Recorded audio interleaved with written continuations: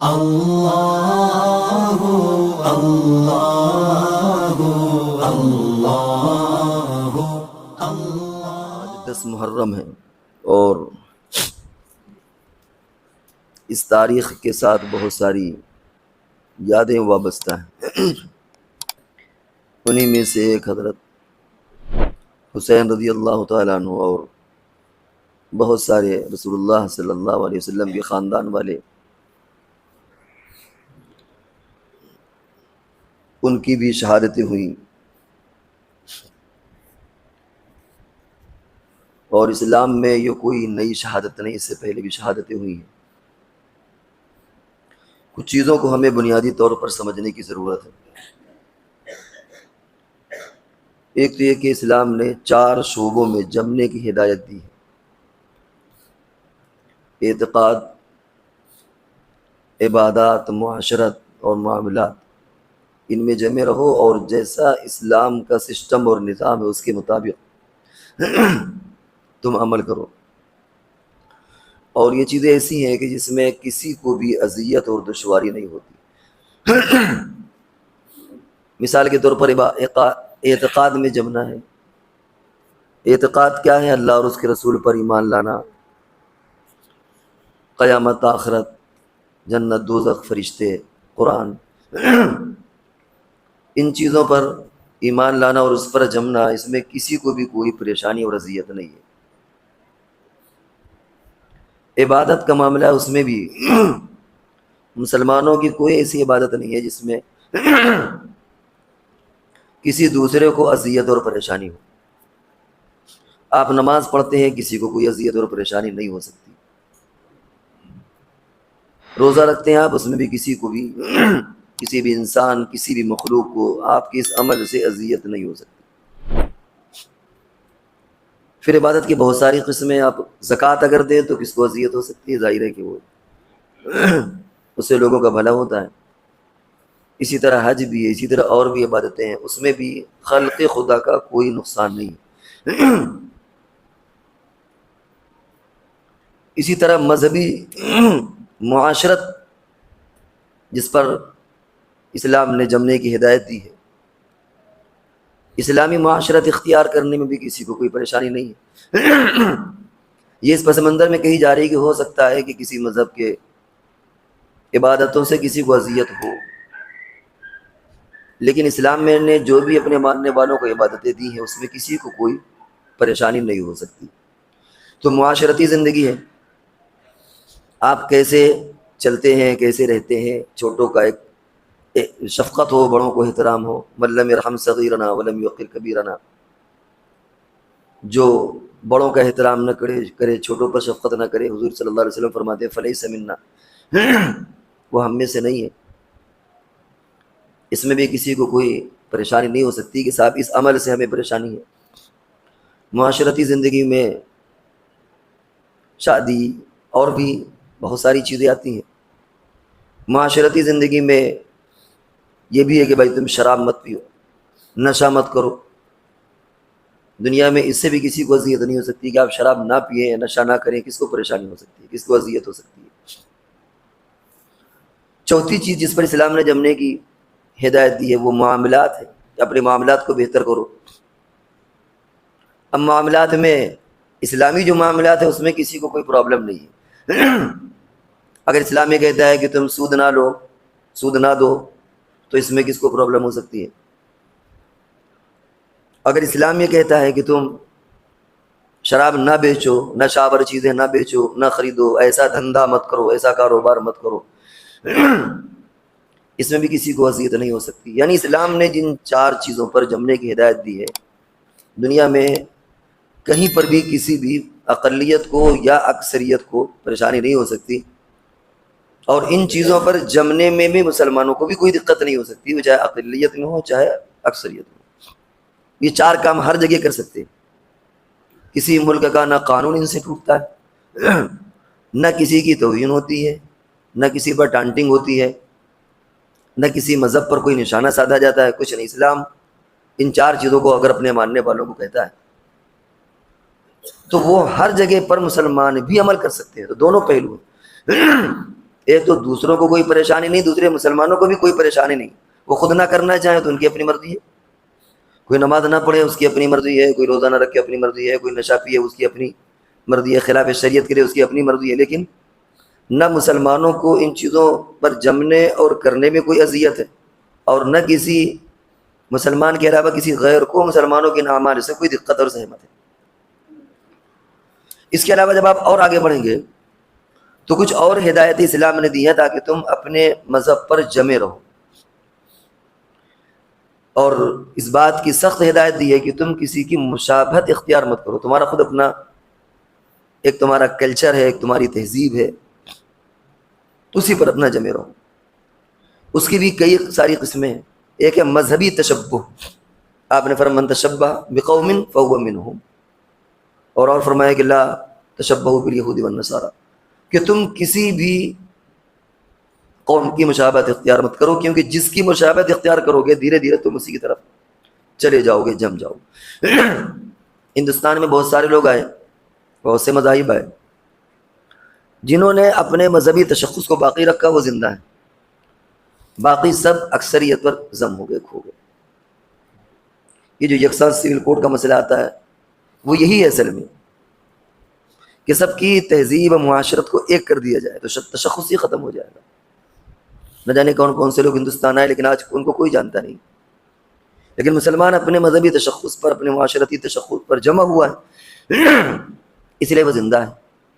جس دن وہ چھوڑ دے گا وہ اکثریت پر وہ بھی کھو جائے گا، وہ اپنے وجود کو وہ ختم کر دے گا۔ اس سے پہلے بھی شاید یہ بات آئی کہ جب ہندوستان آزاد ہوا اس وقت میں عربوں کی حالت اور وہاں کا معاملہ بھی عجیب و غریب تھا، تو بہت سارے لوگوں نے، عربوں نے ہجرت کی، جرمنی کی طرف ہے اور یورپ کی طرف ہے۔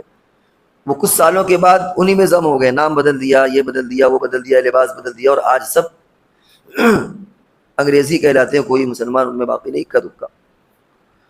تو مذہبی تشخص میں ایک تو ٹھیٹھ ان کی مذہبی علامتیں ہیں، جنیوا پہن لیا، صلیب لٹکا لیا، یا کسی مذہب کی خاص علامت ہے، ٹیٹو بنوا لیا۔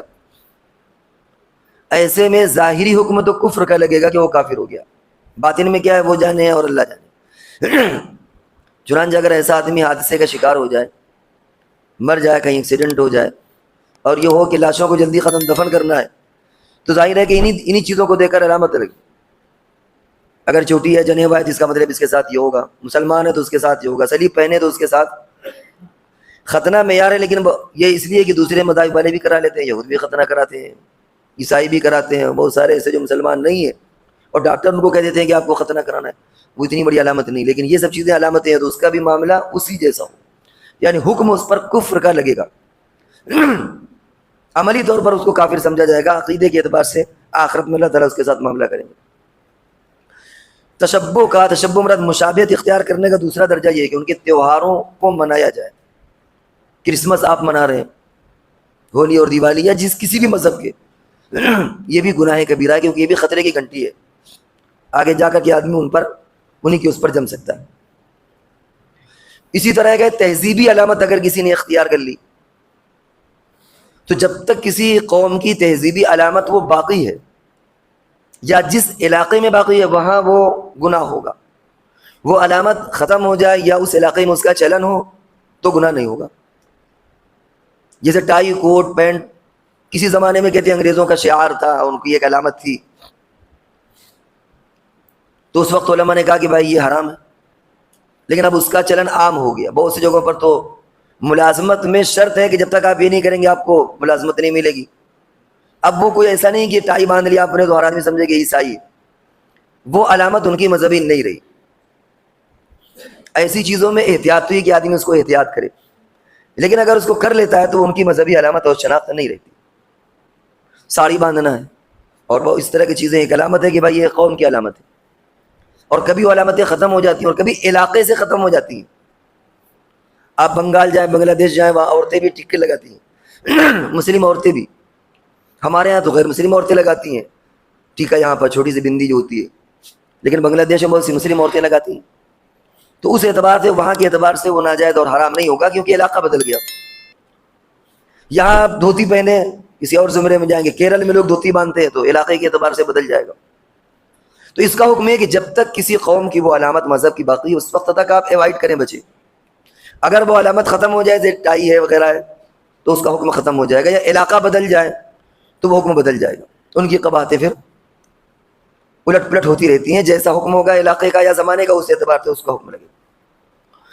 یہ باتیں سب اس پس منظر پر چل رہی ہیں کہ آج جو ہم کر رہے ہیں اور جو کچھ بھی محرم کے نام سے ہوتا ہے اس کا کیا اسلام میں کوئی ہے ثبوت یا اس کا کوئی طریقہ یا نہیں. ایک چیز اور ذہن میں رکھنے کی ہے کہ شریعت میں ان چیزوں کی بڑی اہمیت ہے جو چیزیں عملاً حضور علیہ الصلوۃ والسلام سے ہم تک پہنچی ہیں. روایتاً جو چیزیں پہنچی ہیں ان پر تو یہ ہو جاتا ہے کہ یہ راوی کیسا ہے, یہ ضعیف ہے, یہ طاقتور ہے, ایسا ہے ویسا ہے, سند پر بحث ہوتی ہے. لیکن جو چیزیں عملی طور پر چلی آ رہی ہیں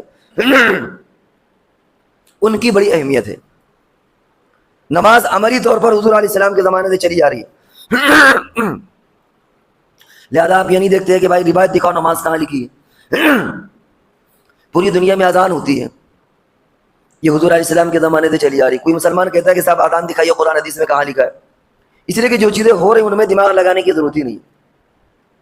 تو یہ بھی بڑی پوائنٹ کی بات ہے کہ جو چیزیں چلی آ رہی اس کا مطلب یہ کہ اور ہر جگہ ہو رہی ہیں وہ اسلامی ہے.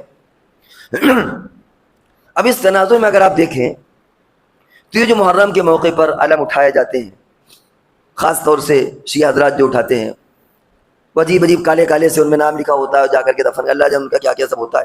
آپ یہ دیکھیں کہ عملی طور پر اس کا ثبوت کہاں سے ہوا, یہ چلا کہاں سے. بھائی 10 محرم کو واقعہ کربلا ہوا, شہادت ہوئی, کہتے ہیں صرف عورتیں بچی تھیں اور حضرت زین العابدین حضرت حسین رضی اللہ تعالیٰ عنہ کے بیٹے اور حضرت علی کے پوتے وہ خالی بچے تھے بچوں میں, باقی عورتیں ہوں گی اور باقی سب. آپ بتائیے کہ اگر اس وقت ڈھول تاشا نکالا گیا ہوگا تو یزید کے لشکر نے نکالا ہوگا یا انہوں نے نکالا ہوگا؟ یا تو نکالنے کیا عورتیں نکالیں گی علم؟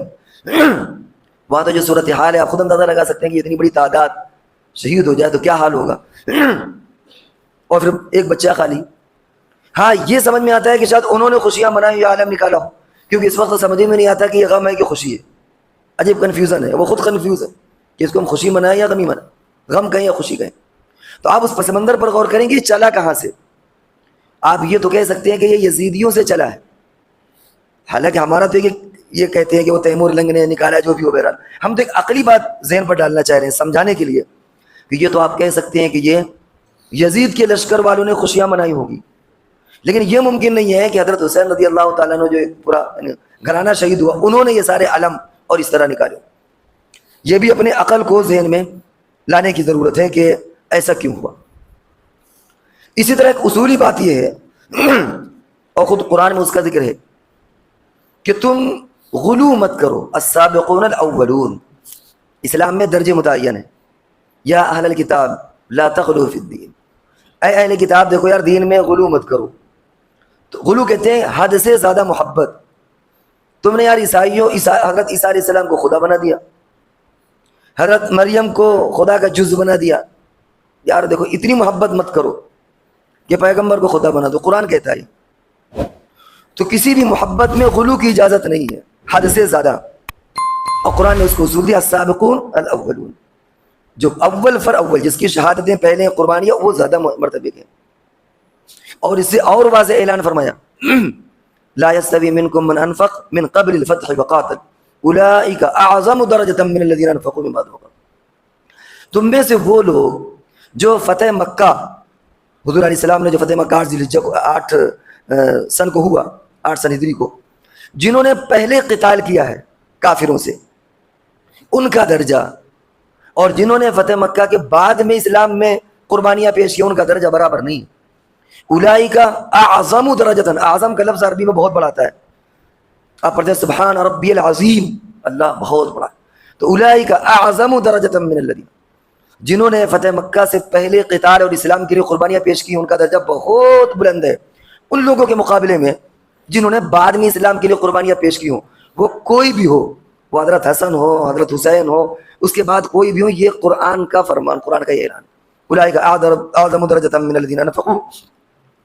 اور یہ درجات کی تعین اس طرح ہے کہ سب سے پہلے خلفائے اربعہ آتے ہیں, پھر عشرہ مبشرہ جن کو حضور علیہ السلام نے ایک نشست میں جنت کی بشارت دی، ابو بکر فی الجنہ، عمر فی الجنہ، عثمان فی الجنہ، علی فی الجنہ، طلحہ فی الجنہ، زبیر فی الجنہ، سعد فی الجنہ، سعید فی الجنہ، ابو عبیدہ بن جراح فی الجنہ، اور عبد الرحمن بن، ترتیب آگے پیچھے ہو سکتی ہے، ایک نشست میں آپ نے ان کو جنت کی بشارت دی. ان کا درجہ ہے. پھر ان لوگوں کا درجہ ہے جو بیعت عقبہ اولا، دو بیعت عقبہ ثانیہ اور بیعت عقبہ اولا، مدینے کے وہ 12 آدمی جنہوں نے جان پر بیعت کی کہ ہم آپ کی نصرت اور مدد کریں گے. پھر ان کا درجہ ہے جو 72 آدمی کے قریب آئے تھے دوبارہ. پھر مہاجرت جو جنہوں نے ہجرت کی حبشہ کی طرف، اور پھر مدینے میں آنے کے بعد جو غزوہ بدر ہوا، ان کے بارے میں ایک صحابی سے غلطی ہو گئی، حضرت عمر ناراض ہوئے. آپ نے فرمایا کہ عمر یہ بدری صحابی ہے. پھر اسی طرح بیعت اصحاب رضوان جنہوں نے حضور علیہ السلام پر موت پر بیعت کی تھی، اس کا بھی ایک پس منظر ہے.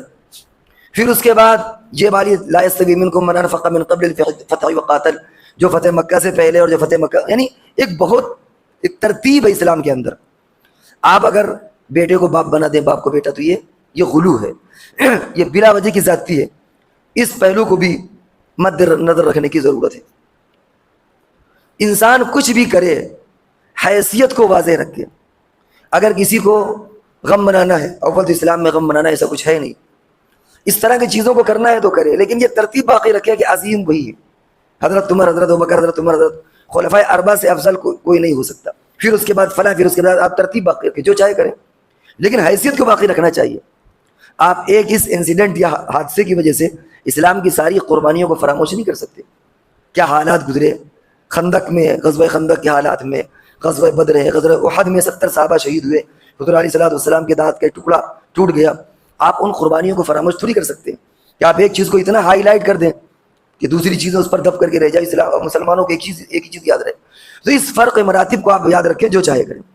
یہ جو چاہے کرنے کا مطلب جواز نہیں ہے، لیکن کم سے کم وہ قباحت، وہ ناجائز، وہ حرمت نہیں رہے گی جو اس شکل میں ہے کہ آپ تمام قربانیوں کو آپ فراموش کر رہے ہیں. اس بات کو بھی ذہن میں رکھنے کی ضرورت ہے.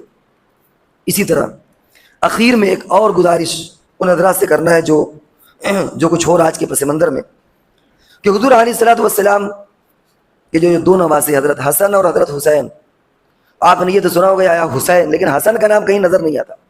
کیا ان کی قربانیاں نہیں ہیں؟ چلیے مانا کہ وہ یزید کے وقت میں وہ وہاں اس میدان پر نہیں گئے، لیکن بہت ممکن ہے کہ جب یہ لشکر آیا ہو کربلا تو اس میں ان کے بھی تو خاندان کے لوگ ہوں گے. بھائی 2 بھائی ہیں، دونوں بھائیوں کے جب حضور کے نواسے تو دونوں کے خاندان کے لوگ ہوں گے نا.